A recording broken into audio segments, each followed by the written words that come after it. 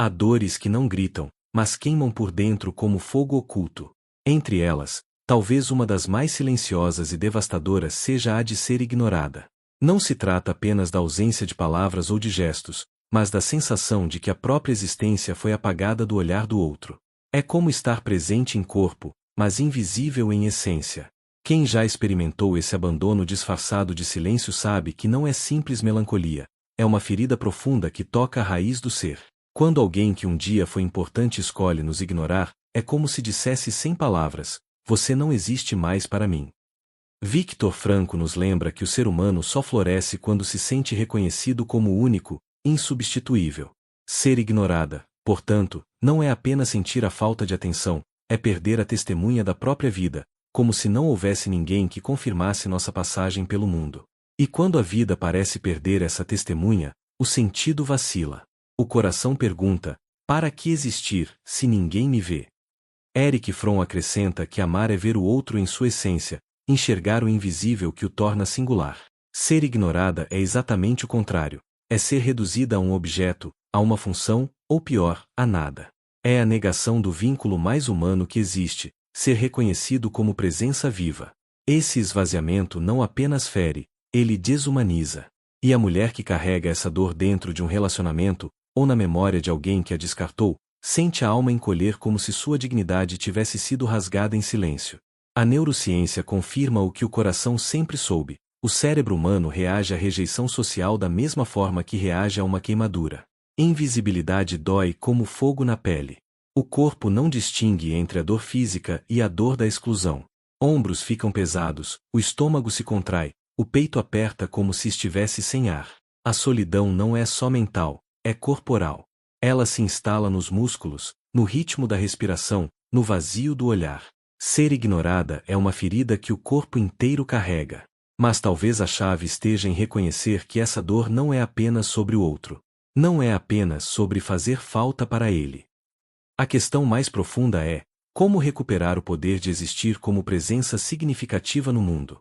Essa ausência, que parece ser uma condenação, pode se tornar um convite. Frankl ensinou que, diante do inevitável, ainda resta a liberdade de escolher a atitude. Talvez o silêncio que hoje machuca seja também o espaço onde uma nova resposta precisa nascer. Este é o início da nossa travessia. Validar a dor, sim. Reconhecer o peso invisível de ser ignorada, sim. Mas também abrir a possibilidade de reencontrar a dignidade e a força interior que não dependem do olhar de ninguém. Porque a chama que arde no quarto silencioso, ainda que ninguém a veja, continua iluminando.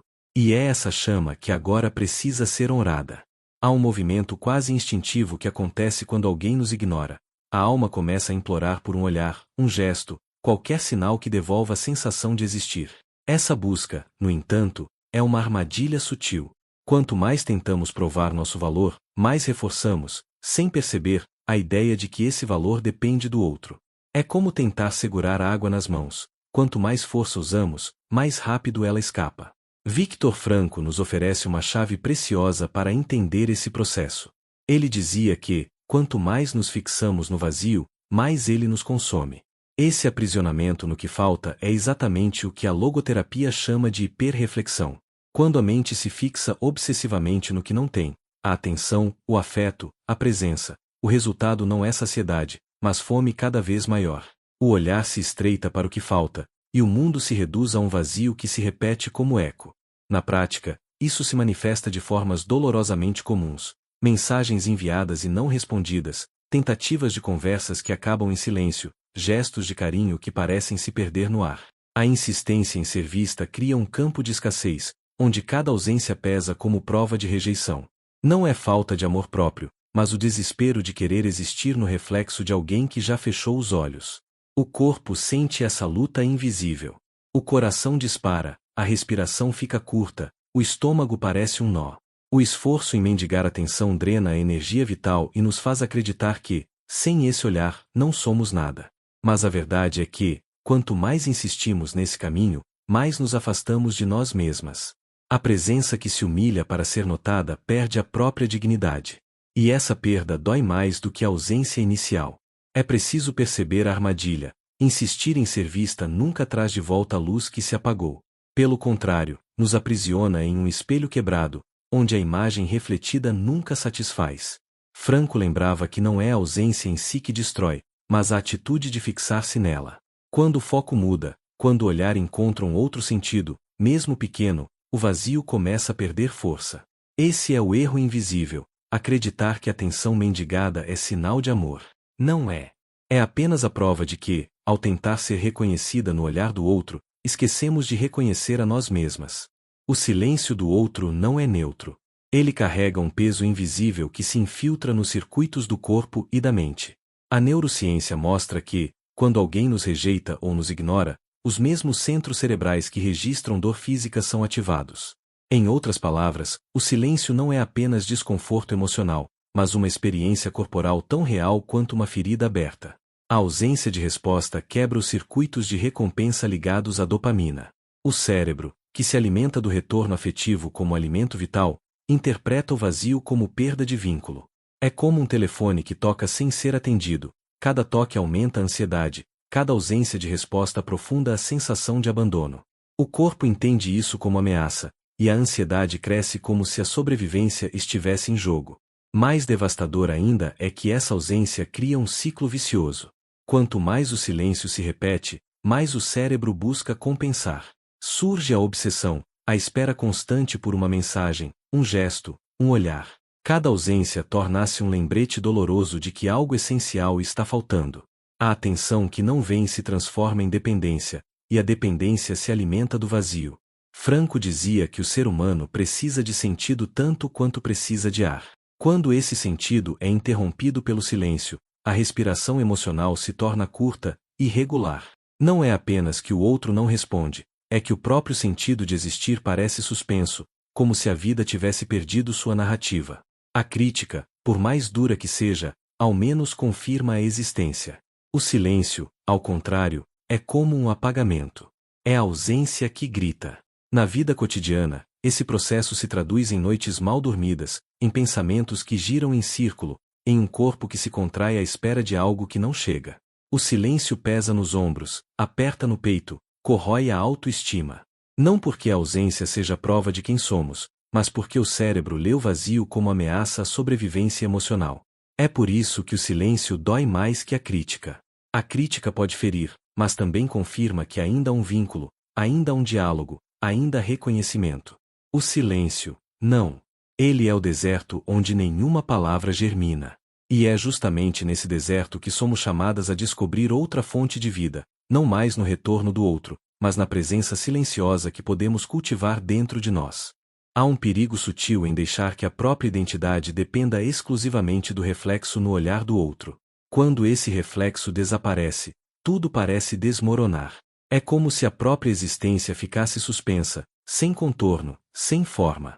A armadilha é acreditar que somos apenas aquilo que o outro enxerga, e não aquilo que somos em essência. Victor Franco lembrava que não é o que esperamos da vida que nos sustenta, mas o que a vida espera de nós. Essa inversão de perspectiva revela algo profundo. Enquanto buscamos desesperadamente ser vistas, esquecemos que a vida nos chama para responder, não para implorar. E a resposta nunca pode vir apenas de fora.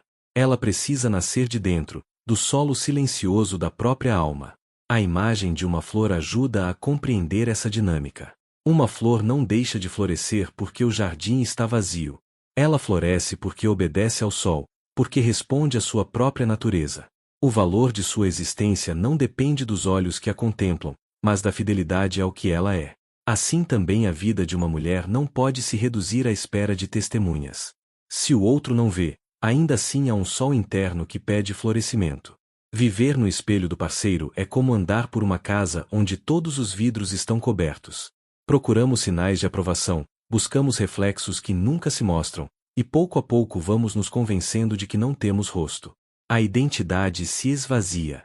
Cada silêncio dele parece apagar uma parte de quem somos. E, sem perceber, passamos a existir apenas na medida em que somos confirmadas pelo olhar ausente do outro. Esse modo de viver gera uma sensação contínua de insuficiência. Nada é bastante, nada é inteiro, porque o espelho permanece vazio. É uma prisão delicada e quase invisível, mas profundamente limitante. A liberdade só começa quando ousamos perguntar: Quem sou eu quando ninguém me olha? Quem sou eu quando não dependo do reflexo de ninguém? Essa pergunta abre um espaço silencioso de reconexão. Porque a vida, como dizia Franco, não se define pelo que recebemos do mundo, mas pelo que oferecemos a ele.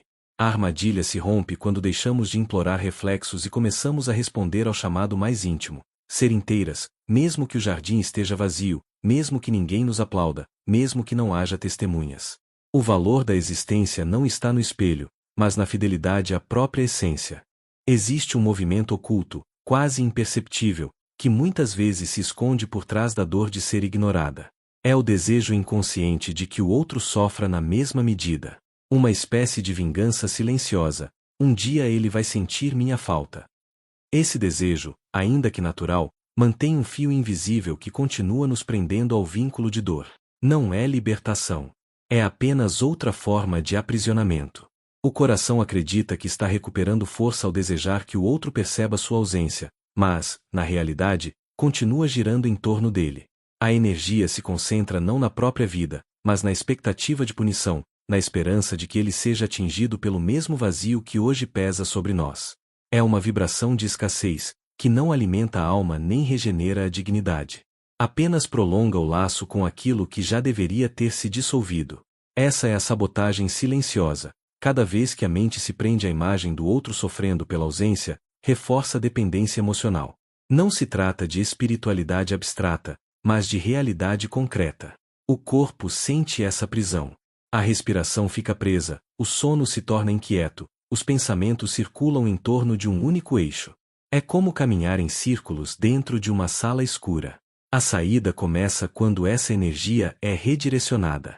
Em vez de gastar vida desejando que ele sinta falta, é possível escolher cultivar a própria presença. Viktor Frankl falava da autotranscendência como o poder de sair de si e responder a algo maior. Esse movimento não é negar a dor, mas transformá-la em energia criadora. Quando a atenção se desloca para valores, para gestos que nutrem a vida, a frequência muda de forma natural. Isso pode se traduzir em atos simples: um livro aberto sobre a mesa, um passeio silencioso ao lado do pet, a arrumação de um canto da casa como símbolo de ordem interior. Cada gesto que afirma a própria presença é um fio de luz que substitui a corrente da vingança. A vibração se altera sem esforço, porque já não depende da ausência do outro, mas da presença em si mesma. O fator silencioso que sabota é, no fundo, a ilusão de que nossa força virá da queda do outro. A verdadeira força nasce quando ocupamos novamente nosso espaço, quando a vida deixa de girar em torno de quem nos ignorou e volta a girar em torno daquilo que nos devolve dignidade. É nesse ponto que a frequência muda, de carência para plenitude, de desejo de vingança para cuidado, de vazio para presença. O vazio, à primeira vista, parece apenas ausência. Um espaço frio, sem voz, sem cor. Quando somos ignoradas, esse vazio cresce dentro do peito como se fosse um território de deserto, árido e sem vida. A primeira reação é temê-lo, tentar preenchê-lo às pressas com respostas, mensagens, presenças substitutas. Mas Viktor Frankl nos lembra que o vazio existencial não é apenas ameaça, ele é também convite. Convite para transcender, para buscar um sentido que não dependa de quem nos virou as costas, mas da nossa própria fidelidade à vida. O vazio dói porque nos arranca das ilusões. Ele nos força a olhar para dentro, para um espaço onde não há muletas emocionais. Nesse silêncio, a pergunta não é como faço ele sentir minha falta, mas sim o que a vida está pedindo de mim neste momento. Franco dizia que, quando não podemos mudar a situação, somos chamados a mudar a nós mesmas. O vazio, por mais duro que pareça, pode se tornar o solo fértil onde algo novo brota. Muitas mulheres, após vivenciarem rejeição ou abandono, descobriram nesse espaço o início de um novo caminho. Algumas encontraram forças para iniciar projetos, outras redescobriram dons esquecidos, outras ainda transformaram a dor em serviço, em arte, em cuidado consigo e com o mundo. O vazio, quando aceito como portal, pode revelar um poder que não existia antes da perda. É a travessia da semente. Ela precisa desaparecer no escuro da terra antes de nascer a luz. Essa transformação não é romântica nem imediata. É processo lento, às vezes feito de lágrimas, de noites solitárias, de perguntas sem resposta. Mas é nesse terreno escuro que a alma descobre suas raízes. O que parecia morte pode se tornar germinação. O que parecia fim pode revelar-se começo. O vazio, afinal, não é apenas ausência. Ele é espaço. E espaço é a condição para que algo novo possa nascer. Rollo May dizia que a coragem de existir é escolher a vida mesmo diante da angústia. Essa coragem não anula o medo, mas o atravessa. Ao transformar o vazio em portal, escolhemos não implorar, mas responder. Respondemos ao silêncio com criação. Respondemos à ausência com presença. Respondemos à dor com dignidade. E nesse gesto silencioso, mas profundo, encontramos um poder que não depende de ninguém além de nós mesmas. Há um paradoxo sutil no coração humano. Quanto mais tentamos controlar a ausência, mais presos ficamos nela. E, no entanto, quando retiramos a energia da necessidade, algo inesperado acontece. O outro, muitas vezes, passa a perceber a falta. Não porque foi forçado a isso, mas porque a presença que antes se dissolvia em carência agora vibra de outra forma. A lógica da autotranscendência, que Viktor Frankl tanto destacou, é clara. Quando deixamos de girar em torno da dor e voltamos a investir nossa energia em algo maior do que o próprio sofrimento, uma mudança silenciosa acontece. O vínculo que antes era sustentado pelo desespero perde força, e no lugar nasce um espaço vibrante de autenticidade. Essa transformação não precisa ser anunciada, porque não depende de estratégias externas. Ela se manifesta como energia, como presença que já não mendiga, mas simplesmente é. A neurociência, de forma curiosa, confirma esse movimento. O cérebro humano é sensível às incongruências emocionais. Ele percebe quando alguém não está mais preso à espera, quando a dependência se dissolve. É como se o silêncio, antes carregado de angústia, agora se tornasse leve, porque já não possui o mesmo poder. O outro, então, sente a ausência não como cobrança, mas como espaço. E esse espaço, paradoxalmente, pode despertar nele a percepção de que algo precioso se perdeu.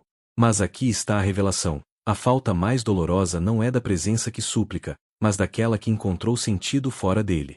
Quando a vida começa a se encher de outros propósitos, quando a rotina se organiza em torno da própria dignidade, quando a energia retorna para o cuidado de si, uma nova frequência é estabelecida. Não é provocação, não é jogo, não é manipulação. É simplesmente a expressão natural de uma vida que deixou de ser sombra e voltou a ser luz. Nessa luz, o outro pode até sentir a ausência, mas isso já não importa da mesma forma. Porque a verdadeira conquista não está em fazê-lo sofrer, mas em ocupar novamente o próprio espaço. É nessa presença silenciosa, plena de sentido, que a manifestação invisível acontece. O outro sente, mas você já não depende da percepção dele. O jardim floresce, e o perfume se espalha, mesmo que ninguém esteja ali para contemplar. Há momentos na vida em que a experiência de ser ignorada parece apagar todas as cores. A ausência pesa como se fosse uma sentença, e a alma sente-se reduzida à sombra. No entanto, o ensinamento de Viktor Frankl ressoa como uma chama silenciosa. A liberdade última do ser humano é escolher a sua atitude, mesmo quando não pode mudar a situação. Essa é a fronteira onde a dignidade é preservada ou abandonada. Quando alguém nos ignora, não podemos controlar seus gestos, mas podemos decidir o que fazer com o vazio que fica. É aí que começa a transformação. Frankl atravessou horrores inenarráveis e ainda assim testemunhou: não é a dor que define a pessoa, mas a resposta que ela oferece à dor. Essa verdade se aplica também às feridas afetivas. O silêncio do outro pode ser devastador, mas a resposta que damos a esse silêncio pode nos libertar. Quando escolhemos ocupar nossa vida com autenticidade, deixamos de ser sombra. Deixamos de ser uma presença apagada que depende do reflexo de alguém e voltamos a ser presença plena, que se sustenta em valores e sentido. Rollo May chamava de coragem de existir essa escolha de se afirmar mesmo diante da rejeição. Não se trata de negar a dor, mas de assumi-la como parte do caminho e, a partir dela, criar vida. A solidão pode se tornar solo criativo. A ausência, antes vivida como condenação, pode se converter em espaço de crescimento. Essa coragem não nasce da força bruta, mas da suavidade firme de quem se recusa a desaparecer. É fundamental perceber que o poder não está em provocar sofrimento no outro. O verdadeiro poder está em reocupar o próprio espaço interior, em restaurar a própria voz, em reconhecer-se como ser inteiro. Quando isso acontece, a falta que ele sente já não importa tanto, porque a abundância que você recupera é suficiente em si. A dor de ser ignorada perde o veneno quando se descobre que não é o olhar do outro que sustenta a vida, mas a fidelidade ao próprio sentido. Tornar-se presença é mais do que ser vista. É vibrar em uma frequência de autenticidade que não pode ser apagada. É caminhar pelo mundo com a serenidade de quem sabe que sua dignidade não está em disputa. Essa presença não implora, não mendiga, não ameaça. Ela simplesmente existe, plena, silenciosa e inegável. É por isso que não pode ser ignorada, porque já não depende de ninguém para ser real. Assim, a travessia se cumpre. Da sombra à presença. Da carência à abundância. Do vazio à plenitude de sentido. Esse é o chamado mais profundo que a vida faz em meio ao silêncio. Não espere ser reconhecida para existir. Seja. E ao ser, você se torna invencível. Antes de encerrar esta reflexão, quero lhe deixar um convite silencioso, íntimo, que não é dirigido à pressa, mas à profundidade. Quando alguém a ignora, quando o silêncio do outro pesa como chumbo, surge a tentação de buscar respostas fora. Mas a pergunta essencial não é o que ele sente ou deixa de sentir. A pergunta essencial é: o que a vida está pedindo de você neste silêncio? Essa pergunta, se levada a sério, pode se tornar um farol. Porque não é o vazio que define, mas a resposta que nasce dentro dele. Talvez este momento seja um chamado para reencontrar valores esquecidos, para recuperar gestos de cuidado com sua própria alma, para descobrir uma força que não depende de aplausos nem de olhares. O silêncio pode ser uma prisão, mas também pode ser um santuário. E, dentro desse santuário, você pode ouvir a sua própria voz outra vez. Viktor Frankl lembrava que cada ser humano carrega uma missão única, algo que só ele pode realizar. A ausência do outro não cancela essa missão. Pelo contrário, pode até despertá-la. Quando a vida retira testemunhas externas, ela nos convida a ser testemunhas de nós mesmas. Isso é liberdade. Isso é sentido. Isso é dignidade. Por isso, meu convite é simples e profundo. Olhe para dentro e pergunte-se o que precisa nascer agora. Não como cobrança, mas como gesto de amor a si mesma. Se essa reflexão tocou sua alma, permaneça nesse caminho de busca e silêncio. Há muito mais a ser explorado, e cada novo passo pode fortalecer sua presença no mundo. Este espaço foi criado como um refúgio, como uma companhia discreta em sua travessia. Se sentir que deseja continuar caminhando junto, acompanhe os próximos encontros e, se quiser, compartilhe sua experiência não como desabafo, mas como testemunho de coragem. Porque cada vez que uma mulher escolhe responder à vida com autenticidade, ela ilumina também o caminho de outras. Este é o convite. Desperte, não para provar sua existência ao outro, mas para viver plenamente a sua própria presença. Porque a vida, silenciosa e firme, continua lhe perguntando: o que você fará com este momento?